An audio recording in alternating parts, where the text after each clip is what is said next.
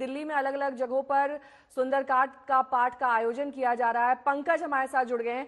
पंकज, देखिए, ओवैसी का ये कहना भी सही है, अगर इतनी ही आस्था, इतनी ही श्रद्धा आम आदमी पार्टी की बजरंगबली भगवान में है, तो ये सुंदरकांड का पाठ पहले से ही क्यों नहीं कराया गया? वो तो सत्ता में काफी वक्त से है, इसका टाइमिंग, ये प्राण प्रतिष्ठान इससे क्यों मैच कर रहा है? बिल्कुल नेहा, मैं आपको पीछे तस्वीरें दिखाता हूँ। ये देखिए आप, सुंदरकांड यहाँ पर पाठ पढ़ा जा रहा है और जिस तरह से हमें श्री राम और हनुमान यहाँ पर नजर आ रहे हैं, उनके भक्त, और साथ ही सौरभ भारद्वाज भी हमारे साथ है, उनसे हम सीधे ये सवाल पूछ लेते हैं। जाहिर है पूरी दिल्ली में आप ये आयोजन कर रहे हैं, लेकिन अभी कुछ देर पहले असद ओवैसी भी बातचीत कर रहे थे। उन्होंने कहा कि चुनाव से ठीक पहले आपको याद क्यों आई सुंदरकांड की? नहीं, मुझे नहीं लगता कि असदुद्दीन ओवैसी के सवालों का जवाब देने के लिए हमें कोई भी दिलचस्पी है। लेकिन वो ये भी कह रहे हैं कि संघ के एजेंडे को आप आगे बढ़ा रहे हैं। उनको कुछ भी कहने दीजिए, उनके कहने से कोई ना हम कोई काम करेंगे। वो क्या है, हमारे कोई प्रिंसिपल है? वो आपने कहा कि हिंदू जो है किसी विशेष पार्टी के नहीं, आप थोड़ी देर पहले जब बातचीत कर रहे थे। जी नहीं, मैं ये कह रहा हूँ कि अगर भारतीय जनता पार्टी को ऐतराज है तो बहुत गलत बात है। मुझे लगता है कि कोई सुंदरकांड कर रहा है तो इसमें भारतीय जनता पार्टी को क्यों ऐतराज होना चाहिए? उनको करना है वो भी करें, कल करें, सौरभ से पूछिए कि अगर उन पर ये आरोप लग रहा है उनकी पार्टी पर कि वो आरएसएस का छोटा रिचार्ज है, भारतीय जनता पार्टी वाले भी आए, उनको मैं सबसे आगे बिठाऊंगा, भगवान का आशीर्वाद। आरएसएस का छोटा रिचार्ज आम आदमी पार्टी है, ये ओवैसी कह रहे हैं, और कह रहे हैं कि अगर तमाम जो स्कूल्स हैं उसमें अगर सुंदरकांड का पाठ कराया जाएगा तो फिर कुरान शरीफ क्यों नहीं पढ़ाई जाती है? क्यों सिर्फ हिंदू का प्रचार किया जा रहा है? क्यों मुसलमानों का नहीं किया जा रहा है?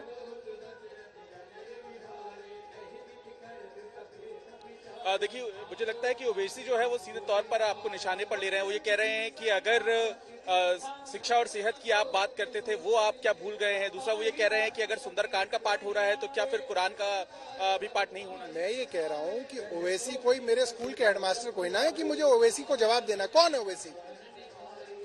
वो सवाल करें, किसी और से करें जिनके वो हेडमास्टर है, हमारे तो नहीं है। आरएसएस की बात कर रहे हैं, तुलना कर रहे हैं आपकी उनसे। वो कुछ भी करें, मैं पूछ रहा हूँ कौन है ओवैसी?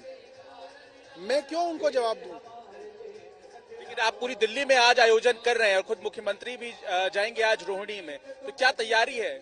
आज मुख्यमंत्री जी शाम को अपने परिवार सहित, अपनी पत्नी सहित रोहिणी जाएंगे।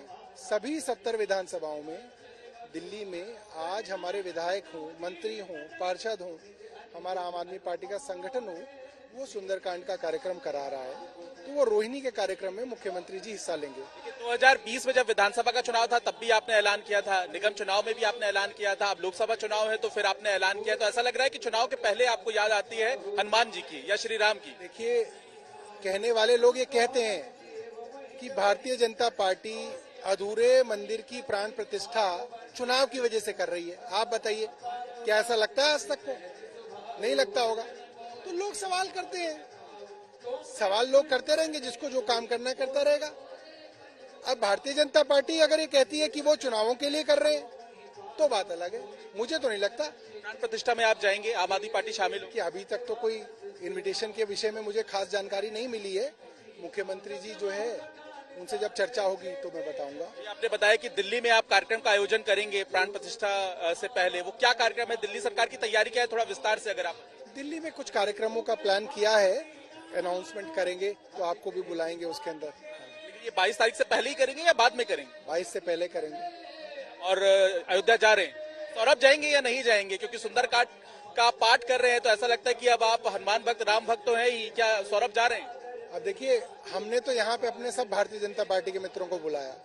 वीरेंद्र सचदेवा जी अगर यहाँ पे आएंगे, अनुराग ठाकुर आएंगे तो सबसे आगे बिठाएंगे उनको यजमान बनाएंगे हम। हमारे यहाँ कोई रोक टोक नहीं है, ना मैं यहाँ पे टिकट बांट रहा हूँ कि ये आदमी आएगा या नहीं आएगा, मगर अयोध्या के अंदर मुझे लग रहा है कि इनविटेशन के हिसाब से ही बुलाया जा रहा है। वहाँ पे जो है एक संस्था तय करेगी कौन आएगा नहीं आएगा, तो मुझे तो उन्होंने नहीं बुलाया है। अगर मुझे बुलाते तो मुझे बड़ी खुशी होती। आपने यहाँ पे बीजेपी नेताओं की बात की, तो आपने यहाँ बुलाया है क्या बीजेपी कांग्रेस के नेताओं? मेरी ब्रॉडकास्ट लिस्ट में जितने लोग हैं, बीजेपी के हैं, कांग्रेस के हैं, मैंने सबको बुलाया, सबको ब्रॉडकास्ट करके मैंने निमंत्रण। सचदेवा और अनुराग ठाकुर हैं आपकी लिस्ट में, आप कह रहे हैं? मैं तो बहुत खुश हूँगा अगर भारतीय जनता पार्टी के वार्ड के नेता भी यहाँ पे आएंगे तो भी मुझे खुशी होगी। मैं उनको सबसे आदर से सबसे आगे बिठाऊंगा। क्या ये सदा चलता रहेगा? ये कब कब आप सुंदर कांड का पाठ कराएंगे? क्या ये आज ही मंगलवार को हो रहा है? आगे क्या तैयारी है और क्या पार्टी ने कोई प्रकोष्ठ बना लिया है आप सुंदर कांड के लिए? हमारे यहाँ सुंदर कांड का कार्यक्रम होता रहता है, शुक्रिया चलता रहता है। तमाम जानकारी के लिए आपका।